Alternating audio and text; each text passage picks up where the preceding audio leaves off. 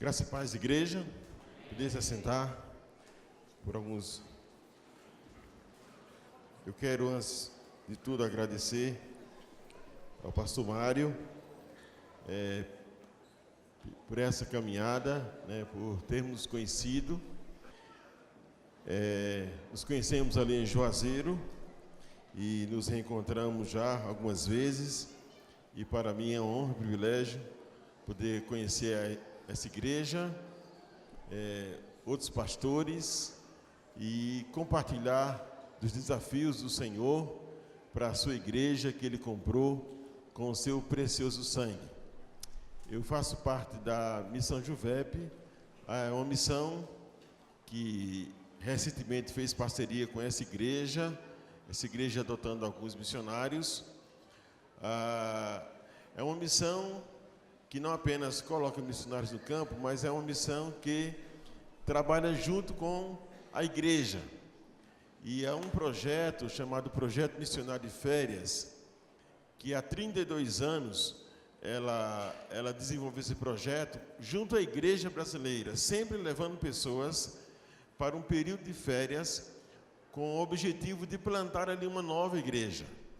Então, em janeiro próximo, de 6 a 27, estaremos na cidade de Buriti dos Montes, Piauí, o estado menos evangelizado do Brasil, para plantar uma igreja. A Missão Juvep, ela não tem igreja, ela auxilia a igreja local, as denominações, quanto à sua expansão. Ali será uma parceria com a Convenção Batista do Piauí. Temos caminhado dessa forma. Já desenvolvemos projetos do Maranhão até o Sergipe, menos Bahia. E não sei dizer, 80 ou mais, a gente às vezes já perde a conta, de igrejas plantadas por esse modelo. Esse é o carro-chefe, Entendemos que é uma forma de não apenas Deus levar alguns para uma experiência de curto prazo, mas despertar o seu povo quanto à sua vocação, reconhecer a vocação de Deus para a igreja. Nós temos uma vocação própria, ela nos é dada e precisamos segui-la. A missão trabalha também com capacitação. Hoje ela tem 3 seminários teológicos, 2 no sertão, para capacitar sertanejos, para liderar as igrejas e eles mesmos estarem plantando novas igrejas. Nós entendemos que você pode plantar 1 ou 2 no ano, mas se você tem um grupo de líderes, eles podem plantar 10, 20 e assim por diante. É algo exponencial. E também temos um seminário em João Pessoa. Neste ano completa 25 anos de treinamento teológico. Temos uma escola de missões transculturais, que treina não apenas gente do Nordeste, mas do Brasil, para missões dentro do Brasil e fora do Brasil.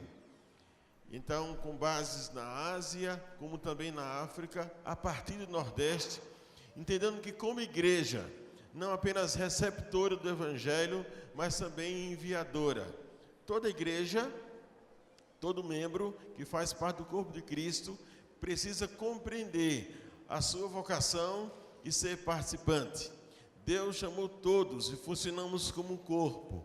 E que assim esse corpo bem ajustado, certamente crescerá, o reino de Deus vai continuar se expandindo até os confins da terra. Eu vou passar um vídeo, é o vídeo do projeto missionário. Esse aconteceu em Milagres, no Ceará, já há algum tempo, mas é o que nós tínhamos aqui. E é um projeto bem participativo. Então, por favor. Na batida da zabumba, no compasso do violão, Jesus Cristo te convoca, vem pregar para o sertão.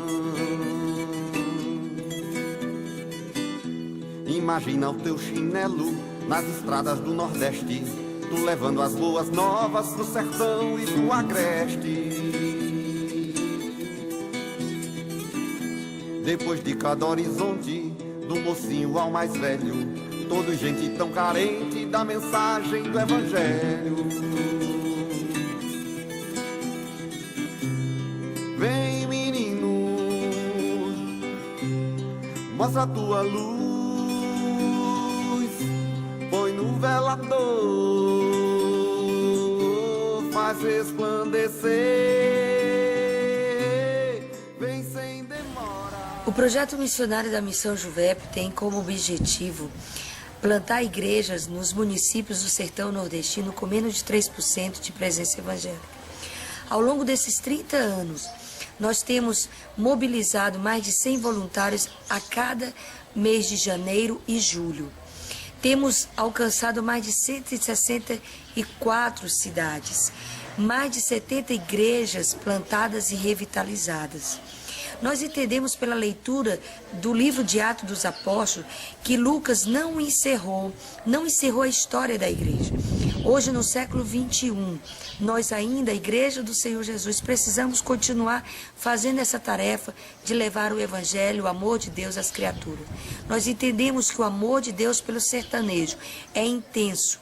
E nós desafiamos a você a vir plantar conosco, a ter uma experiência fantástica de plantar uma igreja no sertão. Talvez falando para pessoas que nunca ouviram de Jesus, porque essa é a realidade também do nosso sertão.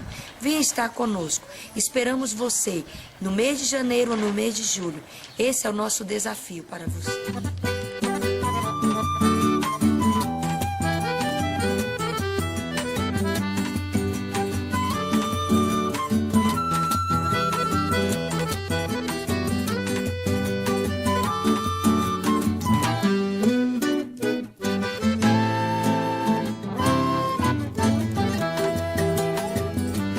Seja corajoso e lance mão da porção de fé que tens, porque é tua. Peça, creia, venha para as ruas. Ao certo. Olá, tudo bem? Meu nome é Newton Ricardo, sou da Igreja Evangélica de Vilhar em Osasco, São Paulo. Estou aqui voltando de um dia de evangelização aqui no sertão. Estamos em Jamacaru e foi um tempo muito bom, porque hoje houve conversão. O ID de Jesus está sendo cumprido aqui nessa terra. Obrigado pela oportunidade de estar aqui, obrigado a Juvep. Um abraço a todos. Olá pessoal, meu nome é Alexandra, eu sou aqui do estado do Ceará mesmo, especificamente da cidade de Maranguape. A Juvep está sendo muito bom para mim, as palavras muito boas também, está mudando a minha vida. E eu estou transmitindo isso para as outras pessoas aqui da cidade de Jamacaru. Cidade muito linda, faz bastante frio. Hoje está fazendo calor, mas bastante bom. E nós estamos evangelizando as pessoas e eu estou crendo que Deus vai operar milagres nessa cidade. É isso que eu tenho para dizer. Venham para a Juvep, que é muito bom.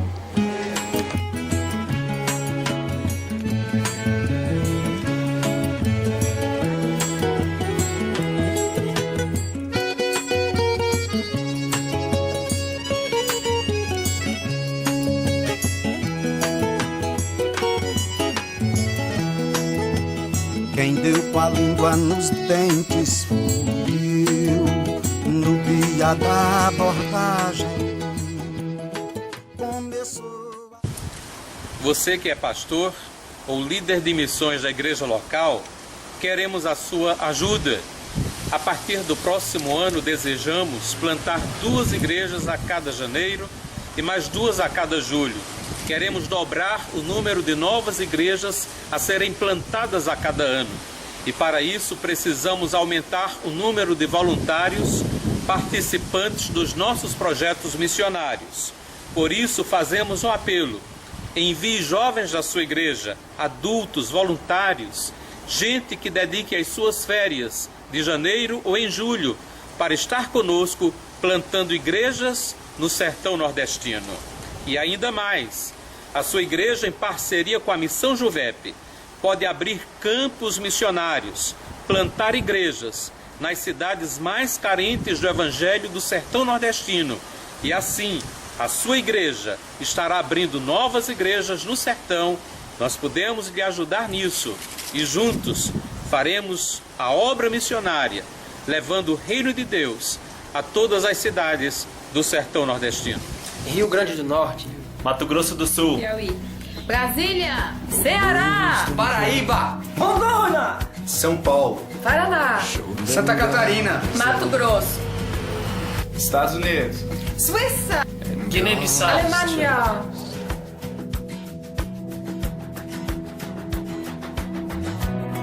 at the cross you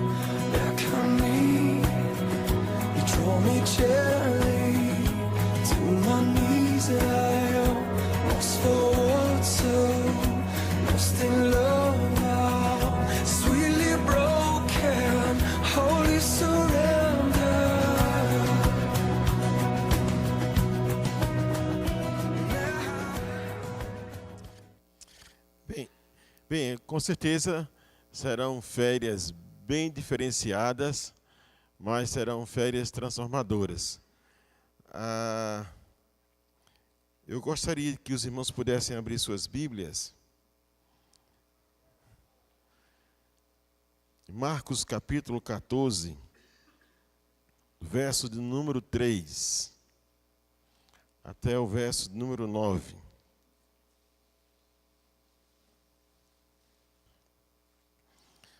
É um texto bem conhecido da igreja. Diz assim: estando ele em Betânia, reclinado à mesa em casa de Simão o leproso, viu uma mulher trazendo um vaso de alabastro com preciosíssimo perfume de nardo puro, e quebrando o alabastro, derramou o bálsamo sobre a cabeça de Jesus. Indignaram-se alguns entre si e diziam: para que este desperdício de bálsamo? Porque este perfume poderia ser vendido por mais de 300 denários e dar-se aos pobres. E murmuravam contra ela. Mas Jesus disse: deixai-a, por que a molestais? Ela praticou boa ação para comigo. Porque os pobres sempre os tendes convosco, e quando quiserdes podeis fazer-lhes bem, mas a mim nem sempre me tendes. Ela fez o que pôde, antecipou-se a ungir-me para a sepultura. Em verdade vos digo, onde for pregado em todo o mundo o evangelho, será também contado o que ela fez, para memória sua. Queridos, eu queria tratar como tema de nossa reflexão dessa noite sobre o amor, ou a oferta de um amor profundo, que esta oferta sempre será uma oferta sacrificial. O texto nos revela a atitude de uma mulher, é uma atitude voluntária, e como também é uma atitude surpreendente. Ela entra na casa de um homem chamado Simão, leproso, ou que havia sido leproso. Ela não é convidada para estar ali. Ela entra e surpreende a todos.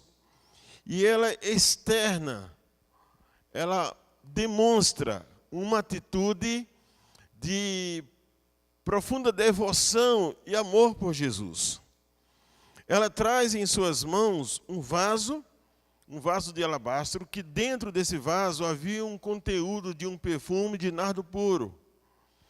Era algo bem valioso, bem caro.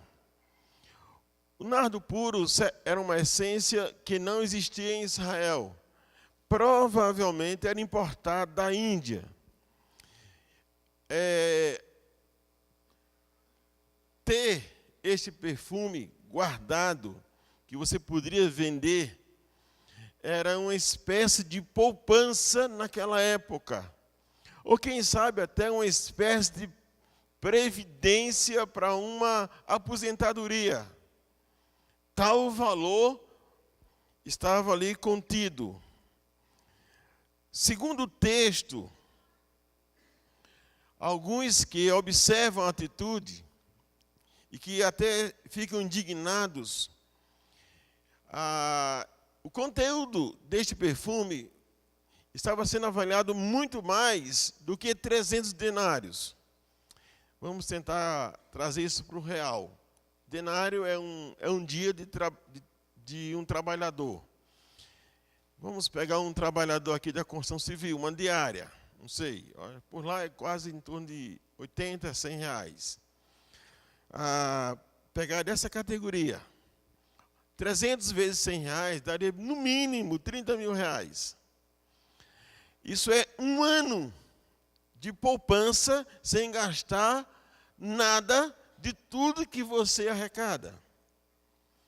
Para Maria, e aí tem essa questão, era muito mais valioso, porque o homem que trabalhava, eu não sei o seu esforço pessoal para guardar ou adquirir esse perfume tão caro, já que o acesso ao trabalho somente era exclusivo dos homens.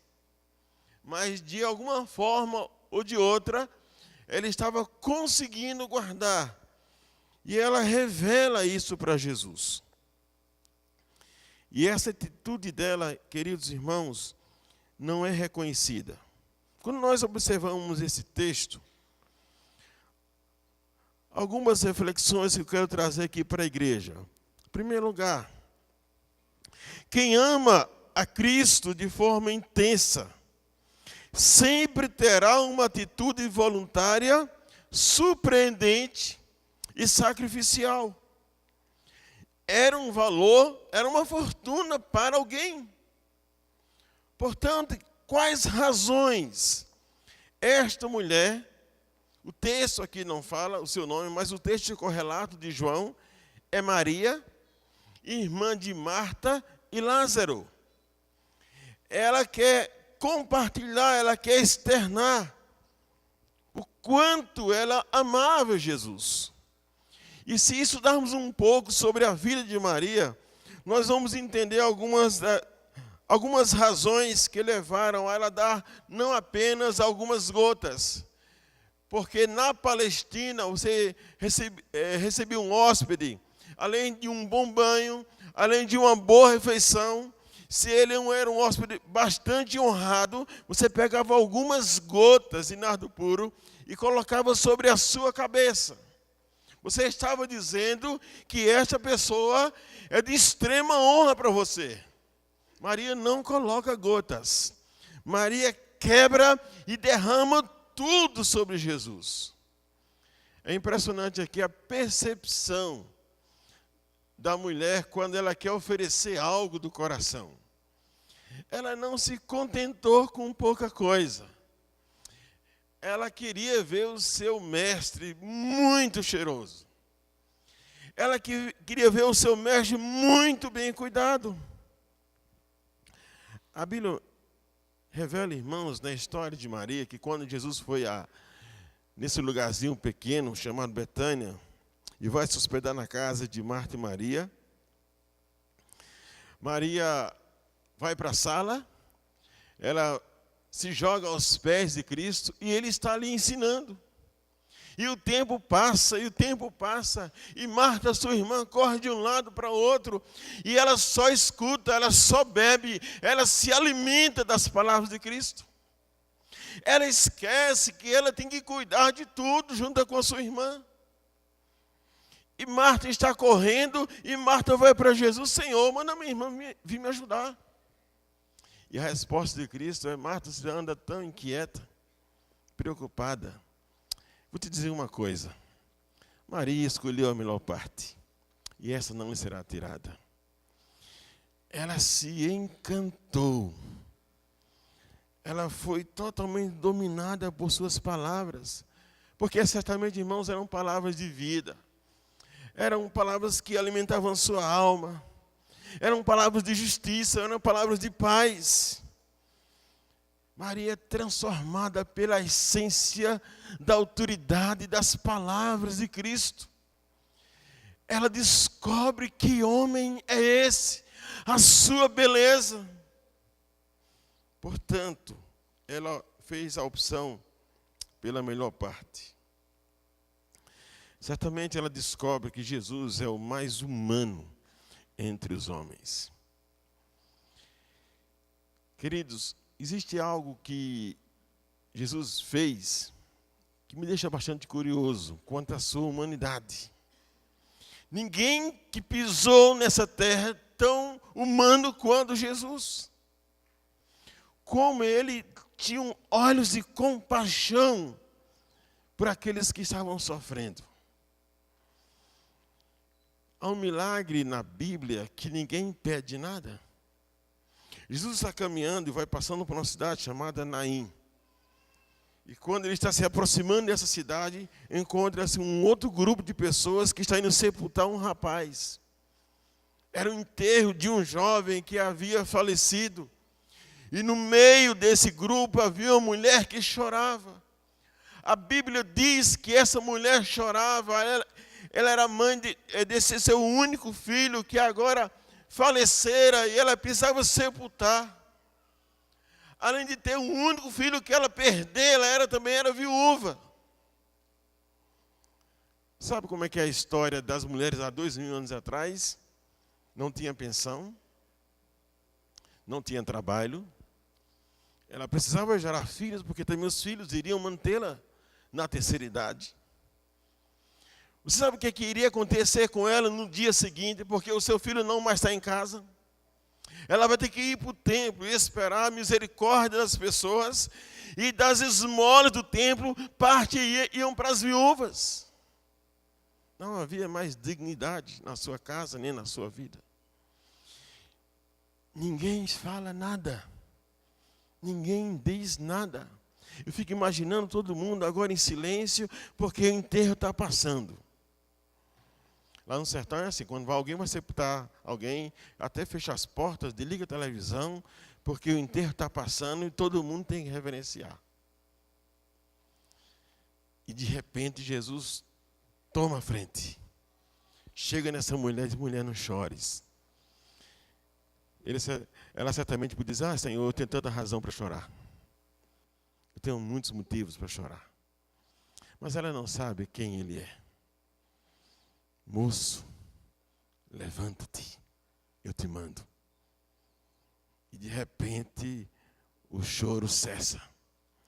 As lágrimas cessam. O rapaz volta a viver. Devolve a sua mãe. A alegria volta para sua casa. E a pergunta é: quem pediu por esse milagre? Ninguém. É a compaixão de Jesus pelos homens. É a revelação da compaixão de Deus por esse mundo. Quantas vezes Deus foi ao nosso encontro e promoveu socorro para conosco, foi misericordioso conosco, e nem tempo de orar a gente teve. Ele já agiu. Ele já veio com providência. Esse é o Deus de toda compaixão, irmãos. Os fracos, o cego clama, a multidão manda ele calar, mas Jesus ouve. É o seu ouvido da compaixão. Portanto, irmãos, coxos, doentes, fracos, ele sacia a fome da sede, da alma desse povo, mas também a fome física. Eu sempre digo que a compaixão de Jesus era o elemento motivador no milagre. Por ele vê a situação de tanta gente que sofre. Ele se compadece. E quando ele se compadece, o Deus dos céus manifesta o milagre. Eu fico imaginando, queridos, na multiplicação de pão e peixe, depois de passar um dia a ensinar, a Bíblia diz que Jesus chama os discípulos, diz: olha, vamos para um lugar deserto, vamos descansar, porque eles não tinham tempo nem para comer, eram tantos que iam e vinham. E quando ele chega do outro lago, quando ele chega na praia, tem uma multidão de gente esperando por Jesus, mas na verdade Jesus estava fugindo, estava se escondendo. A gente podia chamar de estresse ministerial.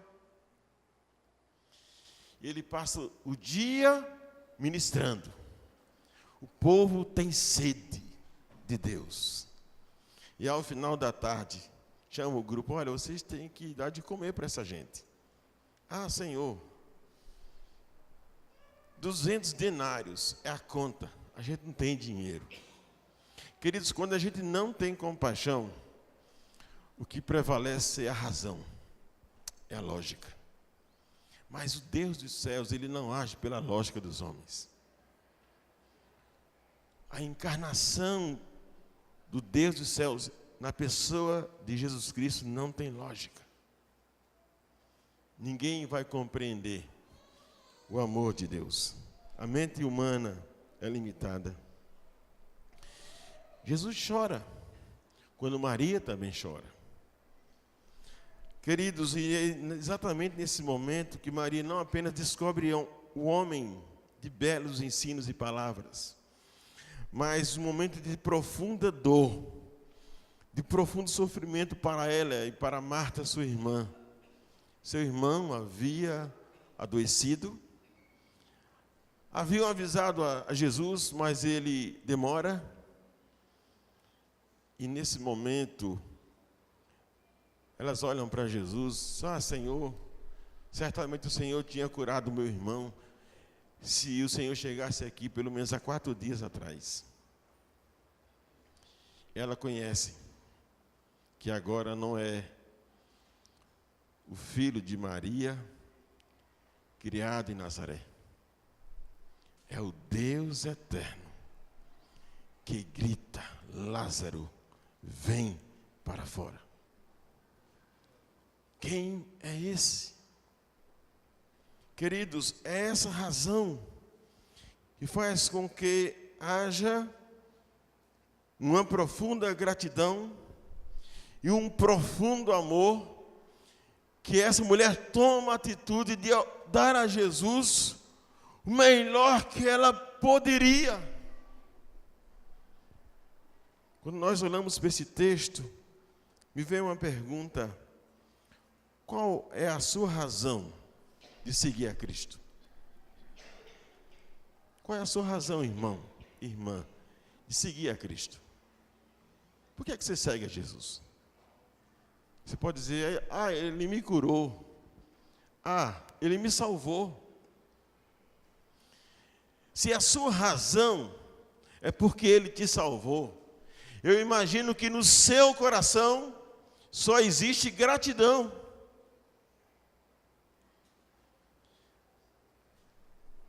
Eu entendo, irmãos, que Deus estava em Cristo, reconciliando o mundo com Ele mesmo. Deus prova o seu próprio amor e vai à cruz, o Deus eterno.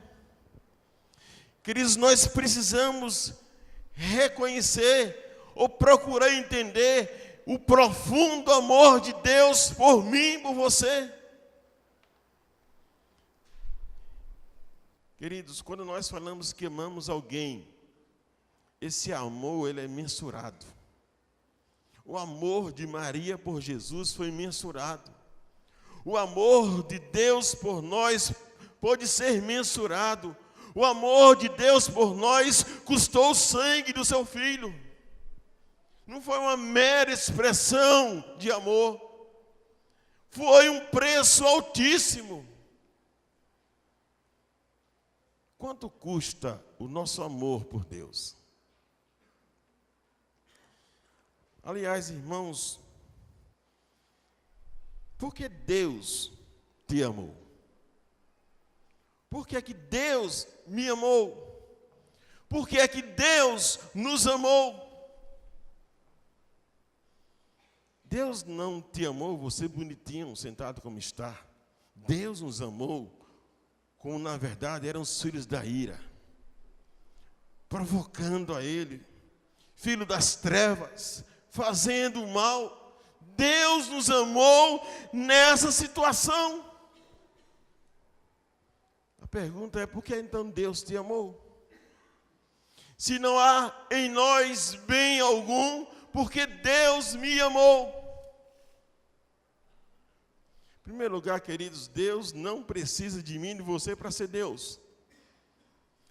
Deus não precisa de mim, de você, nem do meu louvor para ser o que Ele é. Ele é o Deus de toda glória. Ele tem seres angelicais que eu adoro em perfeição. Ele é o Deus eterno. Ele é o Senhor absoluto.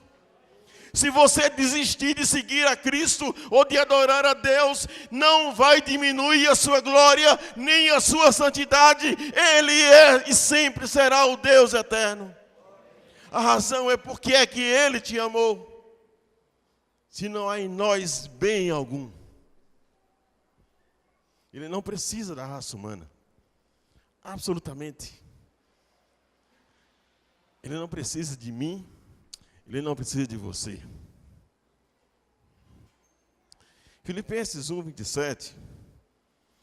O texto diz: Vivei acima de tudo por modo digno do Evangelho de Cristo, para que eu indo ver-vos ou estando ausente, ouça no tocante a vós outros que estáis firmes em um só espírito, como uma só alma, lutando juntos pela fé evangélica.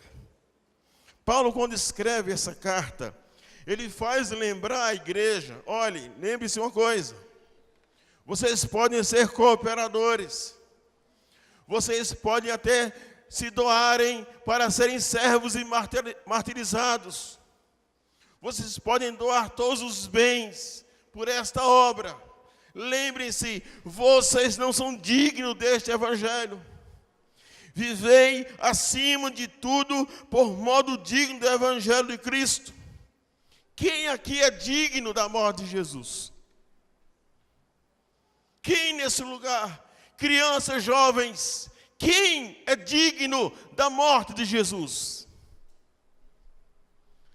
Na verdade, irmãos, vamos procurar ser digno, e é isso que ele apela, pela razão ou pela causa que sempre seremos indignos. Nós não somos dignos da morte de Jesus. Mas ele diz, vivei acima de tudo, por modo digno do Evangelho. Mas nós não somos dignos desse Evangelho. Nunca seremos dignos da morte de Jesus. Eu lembro, quando penso nesse texto, naquele filme, O Resgate do Soldado Ryan. Não sei quantos aqui já viram. Quando aquela família americana já perderam 2 filhos na Segunda Guerra Mundial, e eles resolvem pegar Ryan porque era o último, a dor era grande demais. E um capitão reúne um grupo de soldados e o seu objetivo é buscar Ryan onde ele está. Lá no fronte da guerra, ele é um paraquedista, tem que ir longe. E eles vão enfrentando, irmãos, as batalhas para buscar esse rapaz. Eles tinham uma missão. E eles encontram, mas nessa caminhada muitos morrem. E no final do filme, quem já assistiu sabe, que o capitão também morre, e ele chega para Ryan antes de morrer, diz, olha, viva por merecer a nossa morte. Aquele grupo de soldados morreram para pegar Ryan e levar de volta para casa. No final do filme, ele já está velhinho, e ele pergunta para sua esposa, olhando para a sepultura lá do capitão, eu sou um homem bom? Será que a vida que eu vivi valeu a pena a morte desses homens? A vida cristã que levamos, valeu a pena a morte de Jesus por nós? Queridos, Maria deu a Jesus algo que poderia honrá-lo completamente. Ela demonstrou e ela sacrificou-se plenamente. Mas você podia perguntar, mas pastor, é o valor? Queridos, Deus não está olhando para o valor. Porque a Bíblia também diz que Jesus está no templo. E muita gente chega para ofertar perante o gasofilácio. E chega aquela viúva pobre com 2 moedas, que corresponde a um quadrante. Um quadrante, irmãos, é mais ou menos 30 a 40 centavos de real. Era o que ela tinha, e ela coloca aquelas 2 moedas. Jesus chama o grupo, está vendo essa pobre viúva? Ela deu mais do que todos. Eu não sei, irmãos, na minha ou na sua matemática, quanto 30 centavos de real é maior do que 100 reais, ou maior do que 1.000 reais. E a grande causa e a grande razão pelo qual Jesus fala isso, olhem, os ricos depositaram grandes quantias. E eu fico imaginando quantas quantias, quantos milhares de reais entraram ali. Só que tinha um detalhe, era sobra. Deus não é glorificado pela sobra, porque sobra, mesmo que sejam milhões, não faz falta. Deus é glorificado pelas nossas primícias. Nós precisamos reconhecer, na verdade, quem Ele é. Porque tudo que possamos dar para Ele ainda é muito pouco. O que temos depende dEle. Na verdade, irmãos, a Bíblia nos coloca não como proprietários de bens. A Bíblia nos coloca aqueles que seguem a Cristo como administradores dos bens que pertencem ao Senhor. Nós somos mordomos diante de Cristo Jesus. E eu quero dizer uma coisa para você, que é salvo em Cristo Jesus. Cada centavo que passou pela sua conta, você vai prestar contas a Deus. Porque o dinheiro não é meu, o dinheiro não é seu, nós somos servos de Cristo. E aquilo que Ele coloca em nossas mãos é para que Ele multiplique para o seu reino. Não é para vivermos para nós mesmos. Quando nós reconhecemos quem Ele é, sua santidade, um Cristo magnífico, com certeza vamos honrá-lo. Eu queria ler uma carta que, para mim, é um dos homens que mais impactaram a Terra. David Brainerd. Ele viveu entre 1718, que diz assim: é difícil reconhecer a magnitude da obra de David Brainerd entre as diversas tribos de índios, nas profundezas das florestas. Ele não entendia seus idiomas. Se lhe transmitia a mensagem de Deus ao coração, deveria achar alguém que pudesse servir como intérprete. Passava dias inteiros simplesmente orando, para que viesse sobre ele o poder do Espírito Santo, para que com tanto poder, esse povo não pudesse resistir à mensagem. Ele andava às vezes perdido de noite no ermo, apanhava chuva e atravessava montanhas e pântanos, franzino de corpo. Cansava-se nas viagens, tinha que suportar o calor do verão e o intenso frio do inverno. Dias a fios passavam-os com fome. Já começava a sentir a saúde abalada e estava a ponto de casar-se com uma jovem chamada Jerusa, filha do pastor Jonathan Edwards, que é o precursor do maior avivamento na Europa, e estabelecer um lar entre os índios, ou aceitar um convite de um pastorado, de uma igreja que eu havia convidado. Contudo, reconheci que não podia viver por causa da sua doença, mais que 1 ou 2 anos, e resolveu então arder até o fim. Assim, depois de ganhar a vitória em oração, clamou: eis-me aqui, Senhor, envia-me a mim. Envia-me aos confins da terra, envia-me aos selvagens do ermo, envia-me para longe de tudo que se chama conforto da terra. Envia-me para a morte, se for do teu serviço, e para promover o teu reino. Então acrescentou: a Deus amigos e confortos terrestres, mesmo os mais anelados de todos. Se o Senhor quiser, gastarei a minha vida até os últimos momentos em cavernas e covas da terra, se isso servir para o progresso do reino de Cristo.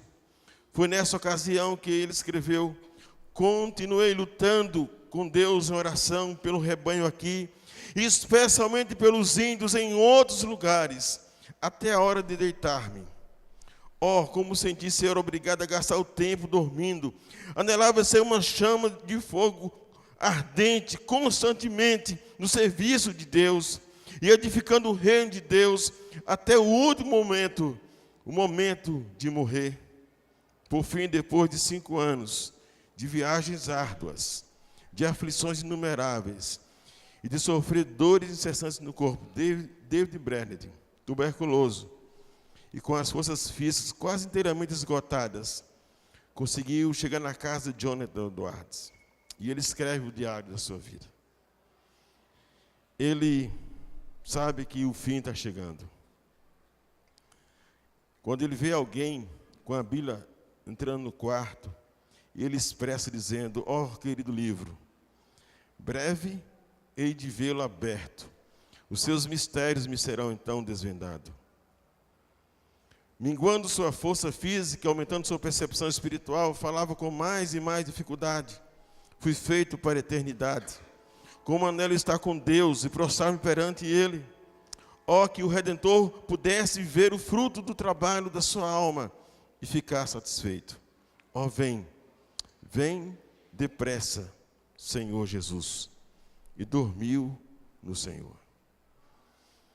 A sua pequena biografia, irmãos, impactou John Wesley, A.W. Gordon, Guilherme Carey, quando leu a sua biografia, partiu para a Índia. Outros foram para a Pérsia, outros foram para os confins da terra. E Jonathan Edwards, quando leu, iniciou o maior período de avivamento na Europa.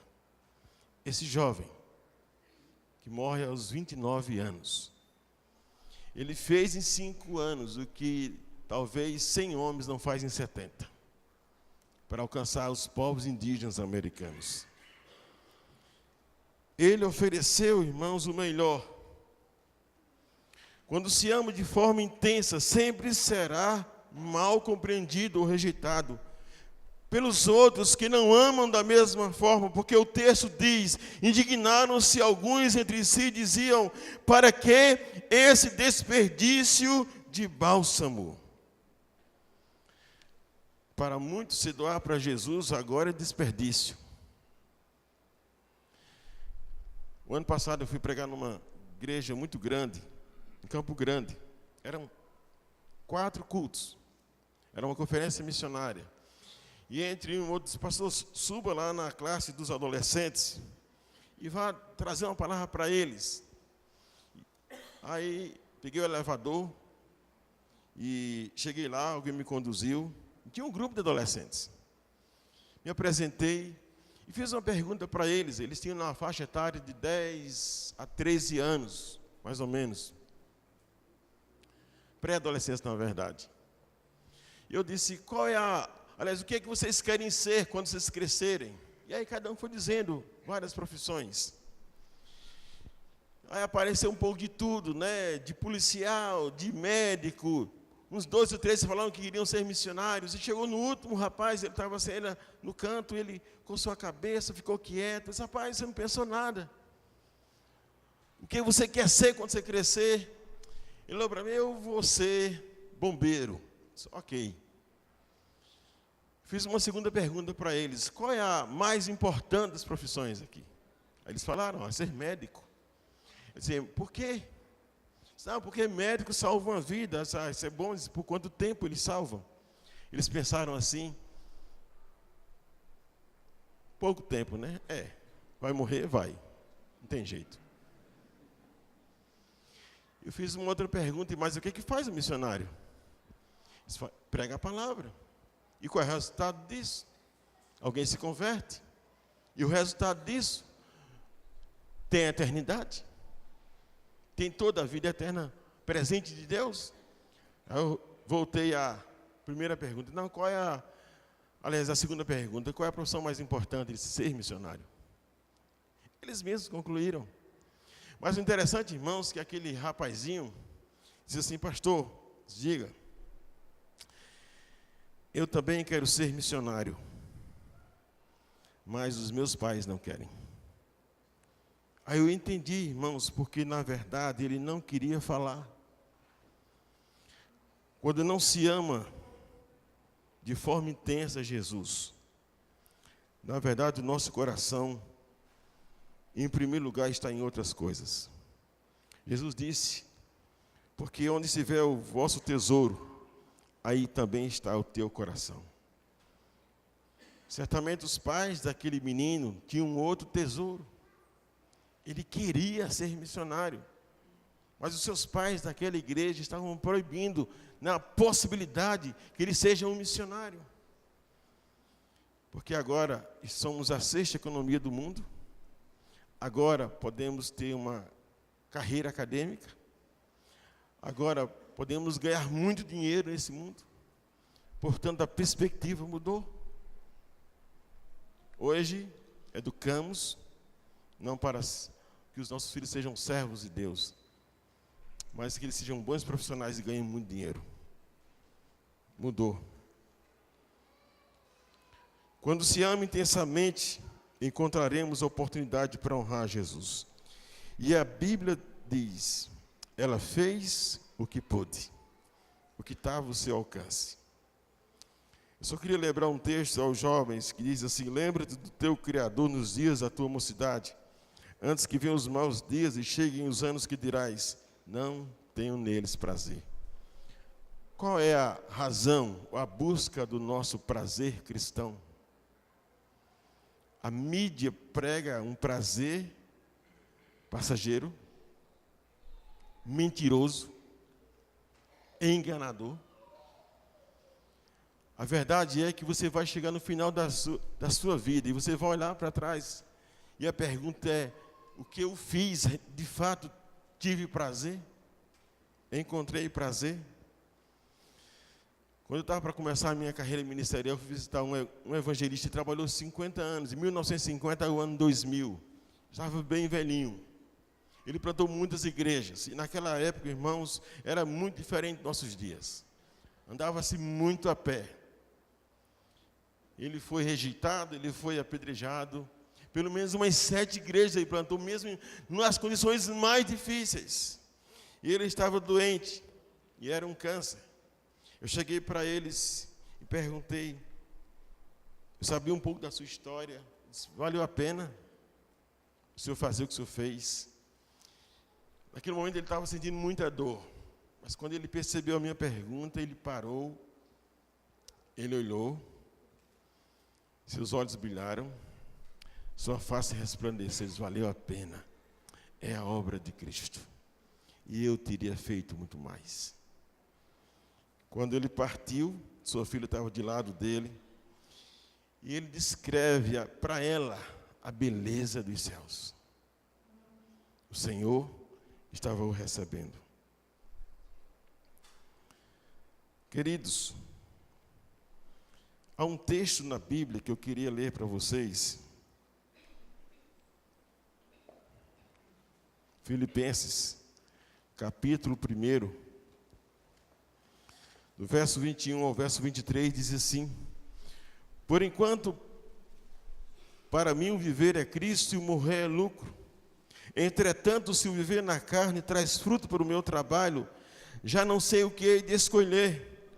Ora, de um e outro lado estou constrangido, tendo desejo de partir e estar com Cristo, o que é incomparavelmente melhor. Paulo, mesmo preso, diz, olha, por mim, eu já morri para mim mesmo, eu prefiro partir e estar com Cristo.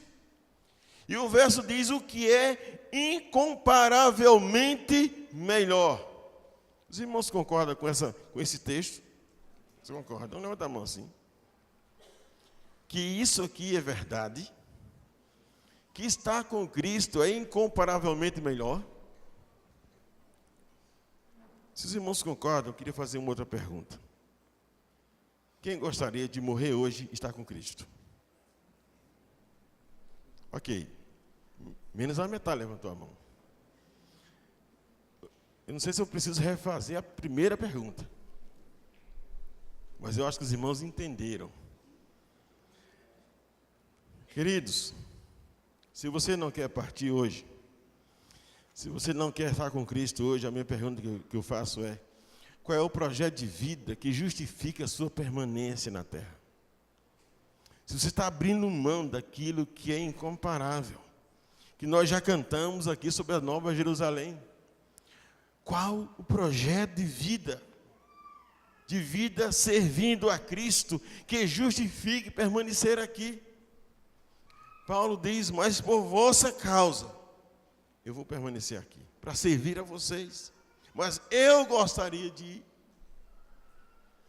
A igreja brasileira, eu entendo que ela está perante uma bifurcação. Ela precisa tomar uma decisão entre amar a Deus acima de tudo, ou amar a si mesmo ou o dinheiro, que a Bíblia tanto trata. O hedonismo, querido, gera em nós insensibilidade quanto à dor do outro, esfriamento da nossa fé e a perda do altruísmo cristão. Precisamos redescobrir o Evangelho do senhorio de Jesus. Precisamos redescobrir a beleza, a santidade, a majestade e o propósito de amar e externar o nosso amor por Jesus. Precisamos redescobrir a essência da beleza de quem é o nosso Deus. Não andemos pelo que vemos, andemos pelo que não vemos.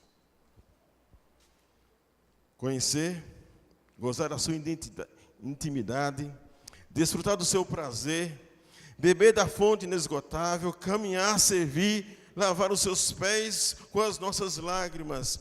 É o nosso maior prazer. Queridos, Jesus é o nosso bem supremo. Ele é incomparável. Portanto, que herança queremos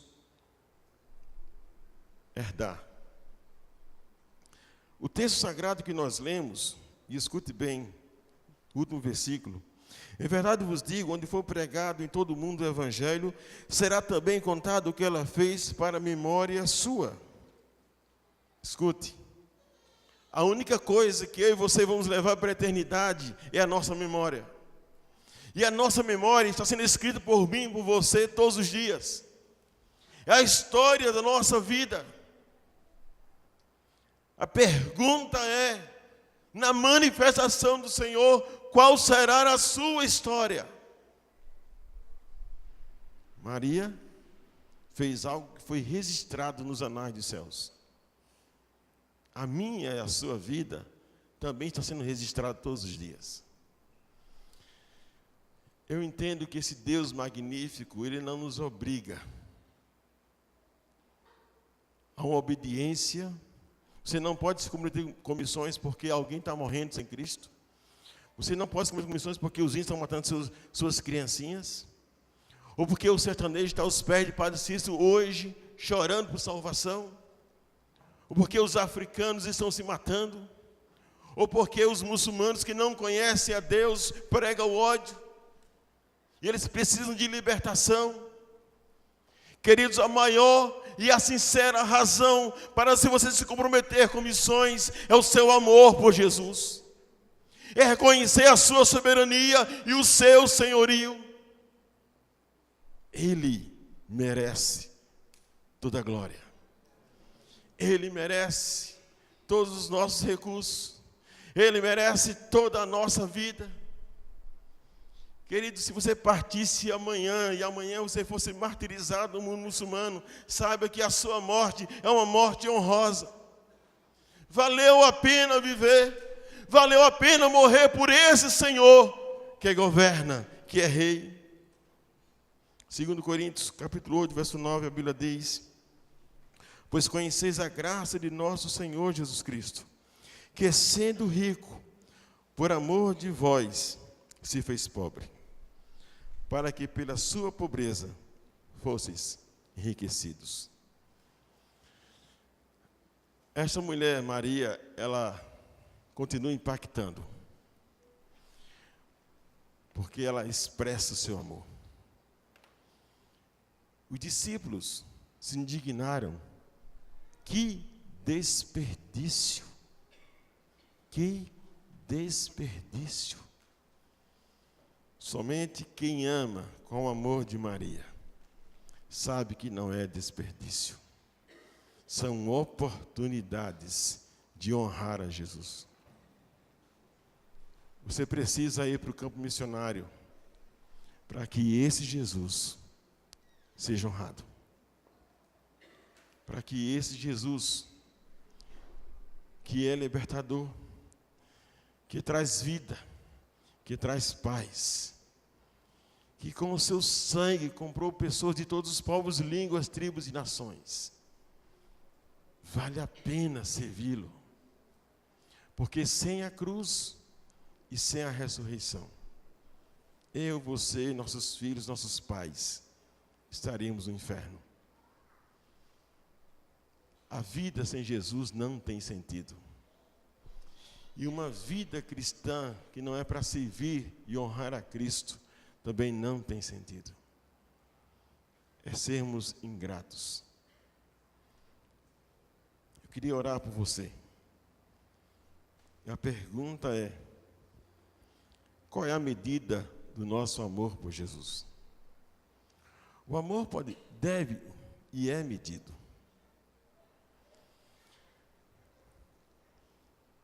Você está disposto a dizer para o Senhor: olha, eu estou aqui. A minha vida não é minha, é tua. Se você quer me mandar para as nações, eu vou. Se é para o sertão, eu vou. Se é para Jundiaí, eu vou. Se é para o Egito, eu vou. Eu quero viver para te honrar. Queridos, isso é resultado do nosso amor por Ele. Não apenas da nossa gratidão por Ele. Porque Ele nos amou. Não somos dignos e jamais seremos dignos da sua morte. Se alguém quer dizer para Jesus, fique de pé. Eu quero que o Senhor use a minha vida.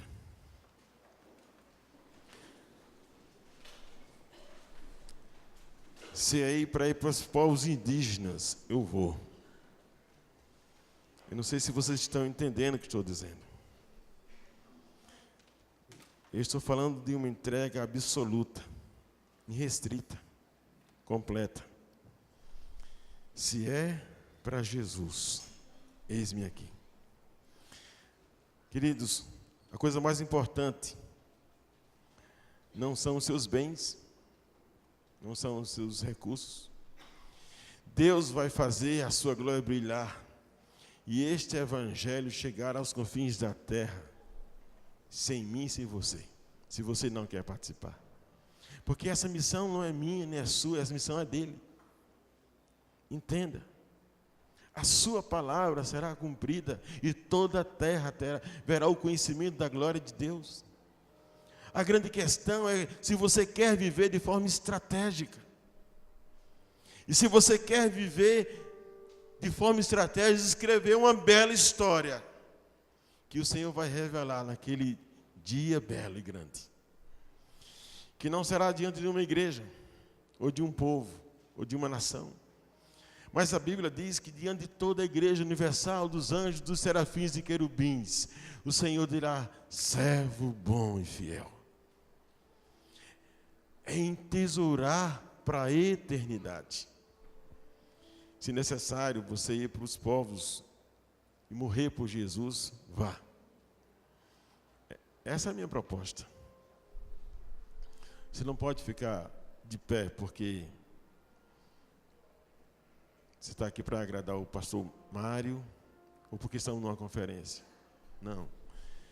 Quando você sair daquela porta, Deus vai levar muito a sério. E antes de eu orar, se você quiser sentar, pode sentar. Você precisa entender que o meu pedido é uma entrega restrita a Jesus. Seus filhos é a herança do Senhor, não é a sua herança. Entregue-os para Ele. Sua inteligência não é para você construir algo para si, para Ele. Entenda. É completa. Se um dia eu voltar aqui e perguntar: pastor Mário, cadê aquele povo daquele dia? Ah, pastor, foi todo mundo para o campo missionário. Isso é coisa boa. Eu vou ficar muito feliz. Isso aconteceu um dia, sabe? Na igreja que promoveu o maior avivamento da história, os moravianos. Eles passaram 100 anos de oração. Eles mandaram missionários em 20 anos, mais do que toda a Europa juntos, por 200 anos. E uma vez o pastor daquela igreja recebeu um desafio daqueles irmãos das terras geladas: mande alguém para nos pregar o evangelho. E ele chegou para a igreja, colocou o desafio: olha, os esquimós estão pedindo a alguém que lhes pregue a palavra. E olhou assim para a igreja, não tinha mais nenhum jovem, porque todos os jovens já estavam no campo missionário. E nos lugares mais difíceis, os jovens se venderam como escravos, para que nesses povos e nessas ilhas, eles pudessem pregar o evangelho. Ele orou assim, e Deus falou: olha, tem um oleiro, um homem que trabalha com cerâmica, fala com ele. E ele foi lá na casa dele. Ele chegou lá e disse: olha, Deus me mandou falar com você, eu tenho uma tarefa para você. É você ir para os esquimós, aquele lugar bem longe, gelado, e pregar o evangelho. Você quer ir?